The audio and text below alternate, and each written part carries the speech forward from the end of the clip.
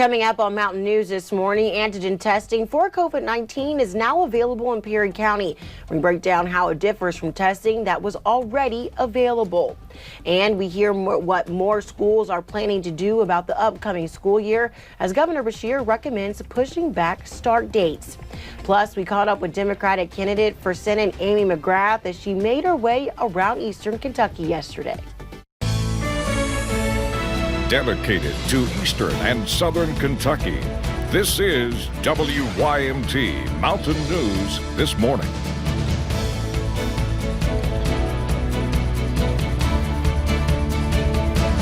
Good morning, I'm Lacey Roberts, and thank you for joining us on Mountain News this morning. Today is Wednesday, July 29th, also known as Hump Day. You're halfway through that week. And when I say July 29th, let's go ahead and bring in Brandon Robinson. Brandon, I can't believe it's already almost the end of the month. I feel like it just started, but I know that it's still here and summer's here and those hot temperatures are here to stay. Well, for a little bit at least. Anyway, we'll see one more day of those warmer temperatures, and this cold front's going to bring us a bunch of rain. It's going to cool us off significantly. We'll actually get below average for this time of the year for a couple of days, but it will rebound. You're right. Summer's still ongoing. Visibility is rough this morning. It's gotten a little bit better in some areas, but again, anything less than 5 miles on this map is dense fog, and those areas that have just decimal points there with no number in front of them, like Jackson, Pikeville, and Jacksboro, that is very dense fog. So just be careful out there this morning. Temperatures in the 60s and 70s, 68 in Somerset, 70 in Harlan, Jonesville, 72 in Moorhead and Logan this morning, and it is 67 in Ashland. That's now our cool spot in the region. We're looking again at dew points that are still well up there, so it's air you can wear. You'll feel it when you walk out the door this morning, although I felt it was a little bit cooler earlier when I walked outside, but I'm sure when the sun comes up it'll change there. 86 today, sun and clouds, partly to mostly cloudy, let's put it that way, and scattered chances for showers and storms will be around throughout the day. So just kind of keep that in mind and keep your rain gear handy. You'll definitely want to keep that handy for the next couple of days. We'll talk more about that here in just a few minutes. Lacey. Thank you, Brandon. And Governor Beshear reported 532 new coronavirus cases last night. That brings Kentucky's total to 28,126. 10 more people have died, increasing the death toll to 719. And Kentucky's positivity rate fell by half a percentage point to 5.08%. We also learned of the first COVID-19 related deaths in Knott and Martin counties and the third death in Bell County. And since March, primary care centers in Hazard has been testing for COVID-19, offering a no-cost drive-through service. Well, in May, they started offering coronavirus antibody testing, showing if people may have had the virus months before. And yesterday, they began offering an antigen test. So how does that differ from the others? WYMT's Emily Bennett explains. Since the COVID-19 pandemic started, testing is ramping up across the country, most using PCR tests, the nasal swab going to the back of your throat. It is the most accurate test that is available at this time to test for COVID. But now another test has become popular, the antigen test. It's a little bit less invasive. It's more like the flu test. And again, we can have those results in about 15 minutes. Primary care in Hazard started offering this test Tuesday. The one drawback to this test is there is a higher risk of a false positive. Because of the lower percentage of accuracy, it is only for those showing symptoms or someone who has had a high-risk exposure. A high-risk exposure means that you have been within 6 foot of someone for more than 15 minutes who test positive for COVID. Results come back in 15 minutes. If positive, it is sent to the lab to be confirmed. We do ask that you self-isolate until that confirmation test comes back and either confirms that yes, you do have COVID or no, you do not. Health officials saying this test is the best tool available to quickly find an acute infection.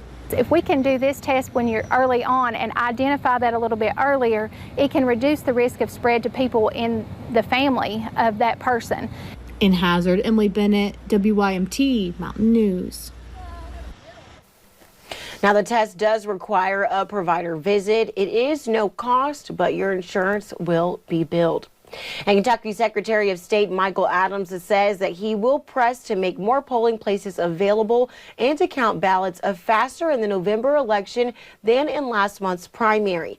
You may remember controversy erupted when Adams announced that Louisville would only have one polling location for the primaries. Adams said that it would be difficult to offer absentee balloting to the extent it was available during the primary. However, Governor Beshear says that he supports no excuse absentee voting for November. And Democratic candidate for U.S. Senate Amy McGrath, who was running against Senate Majority Leader Mitch McConnell in November, stopped at several places in eastern Kentucky yesterday. WYMT's Madison Pergram was at one stop and has more. Democrat candidate for U.S. Senate Amy McGrath makes a stop in Letcher County to check out the summer food service program. Stopping here, first of all, to find out how we're all dealing with the coronavirus. And this program, you know, it helps by giving out over almost 20,000 meals a day to our fellow Kentuckians in need right now. Getting a tour through the facility and seeing how the process works. They're in there cooking, making meals, putting things together. They have an incredible organization where they're all working in unison to help people coming through in the car lines. Valerie Horn with the organization, which provides each child with 14 meals a week, says it's nice when people reach out to communities. It is reassuring to know that the persons who are in positions of power and influence recognize the work that is happening, understand the work that is happening, see firsthand the benefit of it. McGrath says to her it is important to make sure we take care of each other. And the other thing that I learned is who's falling through the gaps are seniors. Because a lot of these programs will cover children, but they don't cover seniors. And so we have to work on that. As food gets loaded in cars to help fellow Kentuckians. In Letcher County, Madison Pergram, WYMT Mountain News. Now, McGrath made a second stop in Letcher County to talk to educators, and she also stopped in Harlan County to speak to retired coal miners. And Governor Andy Beshear is asking schools in Kentucky to wait until at least the third week of August to return to in-person instruction. Now, many districts are restructuring their plans, while others say they are already expected a later date and originally had plans to go back to school not until at least September. Floyd County will start in-person classes September 8th, with online classes as an option as well. So our students and our staff and our parents and our communities, that's our biggest concern, is our health and safety. So we're going to take care of that first.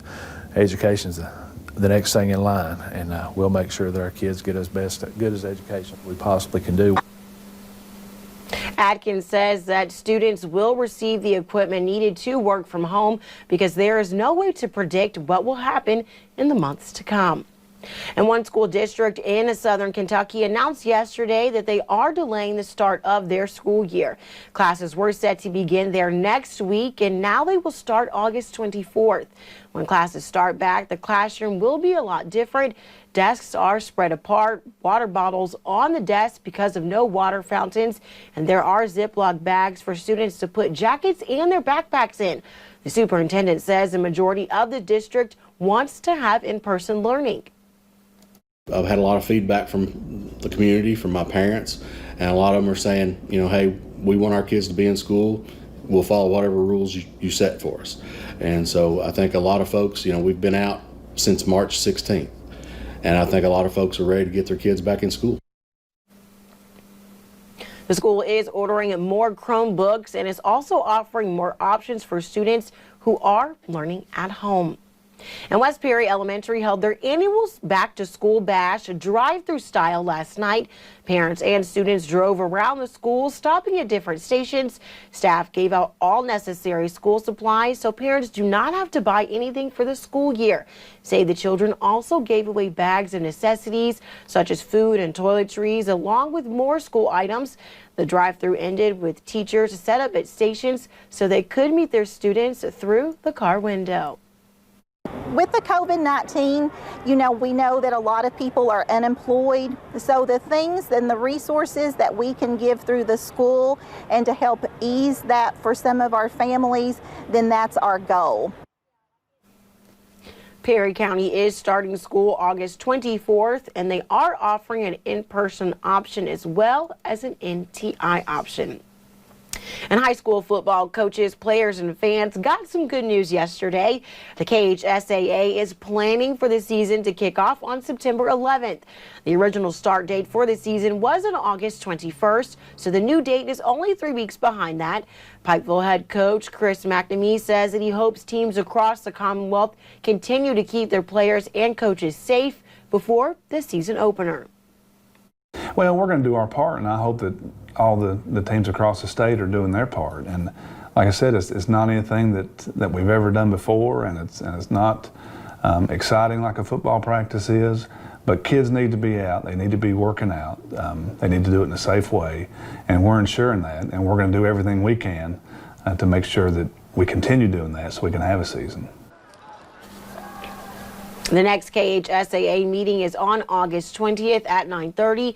In that meeting, the Board of Control will discuss if it's safe to move forward with that current plan.